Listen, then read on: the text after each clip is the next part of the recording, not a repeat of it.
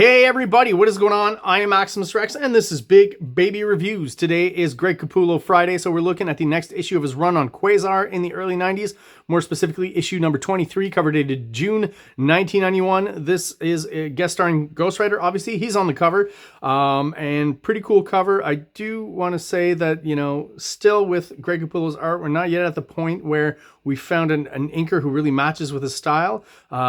Keith Williams is still the inker here, and he's kind of, to me, doing a mid-80s kind of house style over top of Greg Capullo, so, you know, not my favorite aesthetic on top of his stuff, but the cover is pretty cool, dynamic enough. This character here that we saw last issue, I forget his name, Death Urge or something like that, Death something. It's in the comic, hopefully I find it and I'll point it out to you. Not that important though. A couple of things. First time I noticed that he's actually going around on skis here, so I feel like maybe he's an analog for the Black Racer from the New Gods. Now, I'm a huge Jack Kirby fan. Created tons of really cool characters over so many decades. Every once in a while you'll have a dud. To me, I feel like the Black Racer is kind of a dud. It almost feels like, you know, he created the Silver Surfer for Marvel in the 60s. And then for New Gods, he was like, well, I've already used a surfboard. You know, what else is there that a character can kind of fly around on? And I guess he came to the idea of skis. And to me, it just doesn't quite work or look as cool with his design and stuff as cool as the Silver Surfer. The Silver Surfer is really kind of the first one to have that concept of flying around on some sort of board, or in this case skis, and he's definitely the best.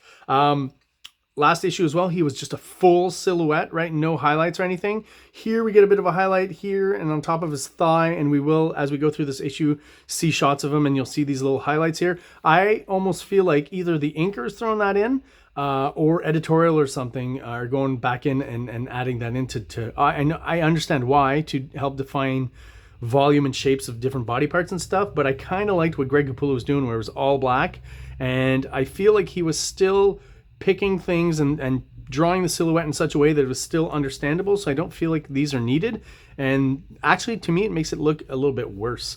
And again, you know, Capullo, they haven't put a great inker on him yet. Later on the Quasar series, I forget his name, but the next inker on him I think does a pretty darn good job in heightening the aesthetic and making it a little more 90s. Keith Williams, who's still inking now, right, there's a signature, I feel is still kind of doing a Marvel kind of 80s house style that doesn't quite work as well as it should on Greg Capullo, because we are in the 90s, and once we start seeing Greg Capullo's art look like 90s art, it really starts to take off. Pretty dynamic cover overall, though I do like it. Colors are an issue with Quasar at this period. There's some stuff, I think Ghost Rider's colored pretty well, but everything else is kind of bland. A lot of grays and stuff, and just the colors don't pop much. For a cosmic series, I feel like, you know, that would be a good opportunity to use colors that pop more. Quasar is cosmically tied up here. I don't know how you describe that here. And the fact that they gave him like this magenta kind of monochrome thing, I don't feel like, again, he pops enough. You should see him. It should be more obvious that he's on the cover, maybe with a yellow or an orange or something. So that would definitely make him pop more. And I do question, why is the inker's signature above Greg Capullo's? You know, there is a hierarchy no matter what when it comes to artists. So, you know, it's more typical of course to have the penciler and then the inker's signature underneath. So I don't know what's going on there. And this, you know, bit of architecture in the background, I feel a little bit bad for Greg Capullo because I feel like he put a lot of effort into it. And when it comes down to the inking, it definitely feels like it was done pretty quickly and that maybe some stuff was left out. Not quite as precise as I feel the pencils were that were laid down before the inks. Well, that's thoughts about the cover. Let's go have a look inside. As I've said before, I really have no interest in the storyline in Quasar, so I'm not going to focus on that for this one. We're going to talk mostly about the art. Mark Grunwald is the writer, Greg Capullo is the penciler, Keith Williams inker, Janice Chang letterer, and Paul Beckton is the colorist. So a pretty standard kind of splash page to get us started off here. You know, the big spooky character in the sky. Some good textures here, but that I don't recognize at all as anything Greg Capullo would do, so I'm pretty sure that's the inker there. And then we've got the Presence down here, who I talked about in past issues. That I really like his design, very Kirby-esque, and I feel like it's not a Kirby design, but I feel like it's a Keith Giffen design. I found out that he was in an issue past the Giffen issues of Defenders that I reviewed. And I definitely feel like he's a Kirby-inspired creation created by Giffen. And, you know, this character here, I don't see in his face and his rendering here any kind of Greg Capullo stuff. So I really feel like the inker, in some instances, is a little too heavy-handed. Pretty cool shot of Ghost Rider here, right? Good splash page. Again, the colors just kill it for me. You know, not so much on the figure here, but just if you look at these colors, they're just very bland and don't quite work for me. But again, Capullo not doing anything crazy here. This is around the same time. Well, okay, maybe a year or two earlier, but that Todd McFarlane had done Ghost Rider and Spider-Man, and man, did he just have a way of making Ghost Rider, already a cool visual, look even cooler. Here, again, if I didn't know this was Greg Capullo, I would just say this is any old kind of Marvel jobber house style guy drawing Ghost Rider. There might be other shots where he's a little more interesting, but yeah, Greg Capullo not quite at the stage he will get to pretty soon, actually. And I definitely think a lot of that comes down to the inker here, really kind of, you know, giving it a more old school look when, you know, slowly but surely all those artists in the early 90s looking towards the future and the image style and the hatching and all that crazy stuff. Do like the use of screen tones here on the lights of the Ghost Rider's motorcycle.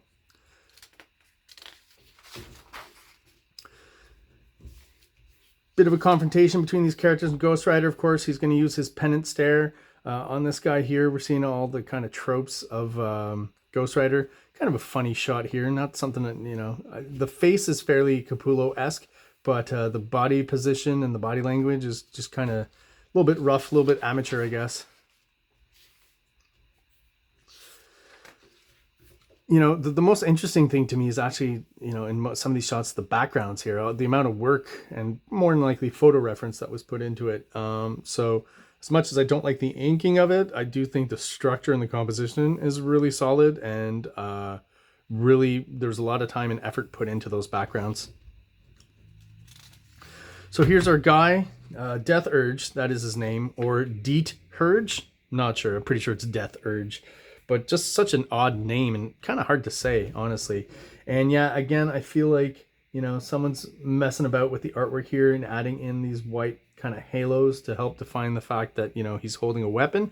Again, I feel like Greg Capullo's already gifted enough that without these little white halos, he's still getting across. If this was all kind of blacked out, you would still get the sense that he's holding a weapon here that overlaps his silhouette. So, and I mean, clever design in a way that, you know, you don't have to draw any details on the face and stuff. You could probably draw this guy really, really quickly. But the fact that he's on skis, again, just is kind of a put off there. It's, for some reason, like I said earlier, surfboard works really well for a character flying around in space and on Earth and stuff. But for some reason, the skis just don't have the same magic.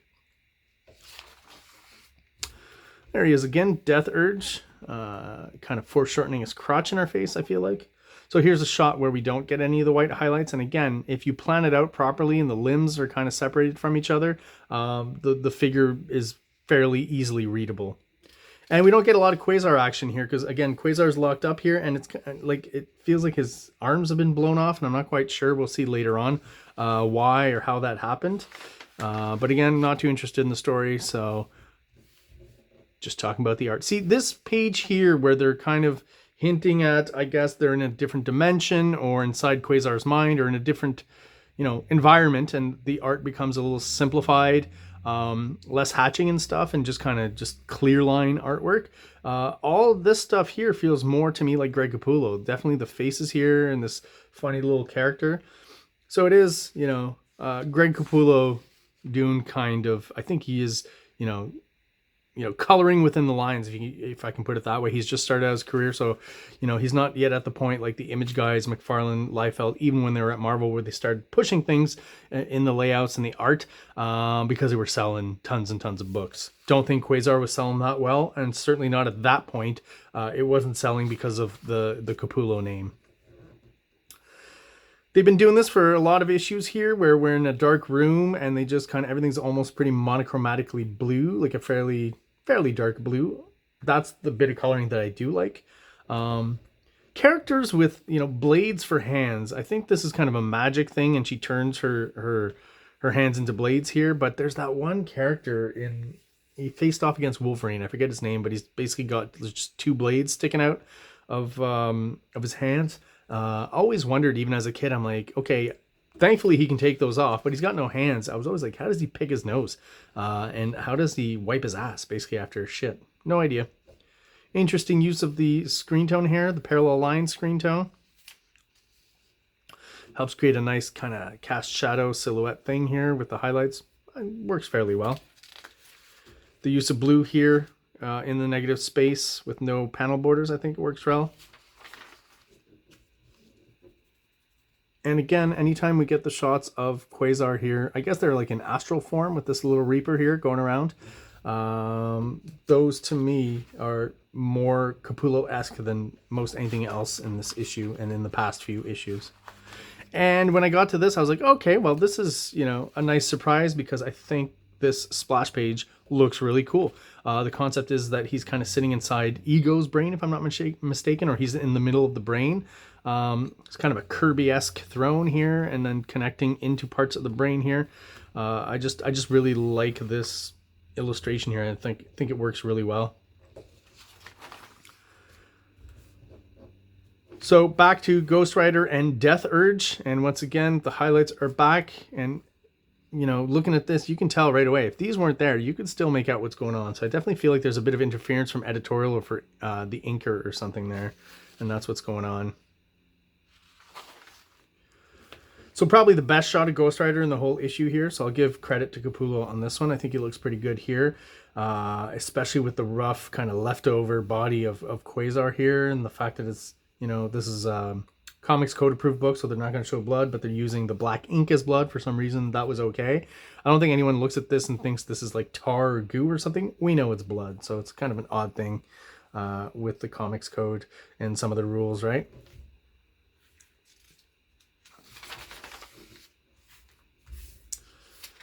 Once again, this definitely feels to me like Greg Capullo, like the Kirby crackle on his face here and kind of the bit of space on it, I think looks cool. And for once, the inker is a little more controlled with the Kirby crackle, so it looks a bit better. It's a little rounder, right? It's not quite as rough as what we saw in past issues. Weird kind of color hold here, but I think it works. But again, the color choice, not so much. The contrast is fine, but I just, again, find the colors very bland. This is fun to have a few cameos here. So basically, I'll read this part. Suddenly throughout the world, those with heightened senses are the first to feel it. So slightly cosmically tinted characters, I guess, as the Earth's rotation begins to slowly grind to a halt. Ooh, that's interesting. Mr. Fantastic, don't know if he's got heightened senses. It's kind of an odd choice there. He's a smart guy. And I like just the choice of him in his lab, and you almost don't see most of his face, and there's all this technology and stuff. I think that just works well. Moondragon, Dr. Druid, Origin, don't know who that is. Phoenix, at least Rachel Summers, I believe, right? The daughter of Cyclops and Jean Grey. Doctor Strange, Moonglow, the Black Crow. Is this a Todd McFarlane character? There's just something to the design here that, to me, says, I feel like Todd McFarlane drew that. And, you know, if Capullo had to look at a prior artist drawing him, I almost feel like there's a bit of McFarlaneism in the lower part of his face here. I could be wrong, but I just feel like there's a McFarlane vibe here. Sign of things to come, I guess, right? Talisman, don't know who that is. Shaman and Spider-Man. Okay, I guess he's got heightened senses. Unfortunate that the one time Greg Capullo gets to draw a cool character, it's so tiny. But he does get the pose right. I think it looks cool. Very Spider-Man-esque. And again, these awful kind of color holds here just, yeah, don't work for me at all. Maybe it's because this white, extra bit of white space that's been thrown in. I almost feel like maybe these color hold things should have been a very light color, almost white or something, and then all of this filled in with black, so to continue the look of space. I just feel like this was kind of a conceit to the production methods at the time, and that they couldn't make it look any better. That was just the way it had to be. Could be wrong, but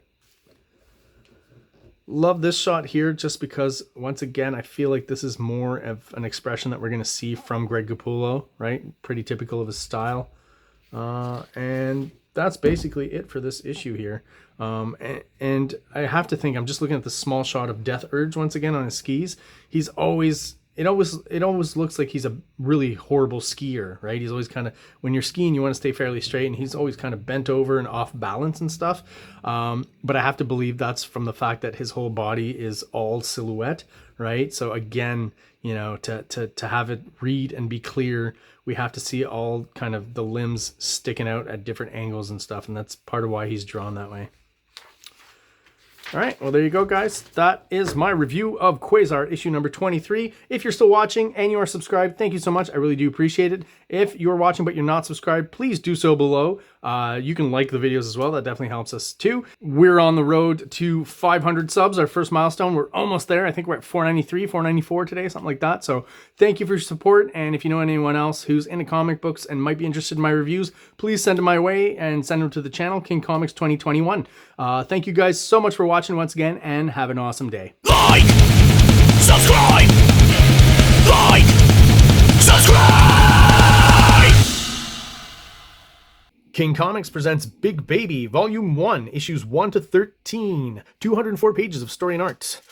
King Comics also presents Star Crasher one-shot, 32 pages, cosmic sci-fi surrealist adventure. You can find these fine comics at KINGCOMICS.CA, at MaximusRex13 on Instagram, or on Facebook, MaxRex or Big Baby.